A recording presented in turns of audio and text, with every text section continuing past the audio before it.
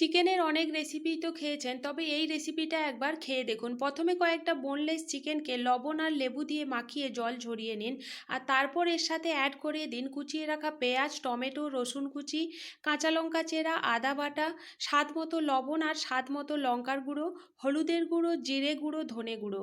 আর add করে দিন ধনে পাতা কুচি, আর ওপর থেকে অল্প সর্ষের তেল দিয়ে এটাকে সুন্দর করে মিশিয়ে নিন।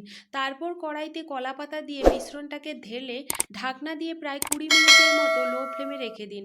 তারপর একটা প্লেটে নামিয়ে নেওয়ার পর ওপরে আবারও একটা কলা পাতার প্লেট চেপে দিয়ে এটাকে সাবধানে করে একটু উল্টে নিন। এবার ওই পুড়ে যাওয়া কলা পাতাটা ফেলে দিন, আর তারপর সাবধানে করে আবারও কড়াইতে বসিয়ে ঢাকনা দিয়ে লো ফ্লেমে প্রায় 10 মিনিট রেখে দিন। তারপর কিন্তু এটা প্লেটে নামিয়ে নেওয়ার পর গরম গরম সার্ভ করুন চিকেন পাতুরি। আর এটা খেতে কিন্তু দারুণ টেস্টি হবে, তাই রেসিপিটা কিন্তু অবশ্যই ট্রাই করবেন।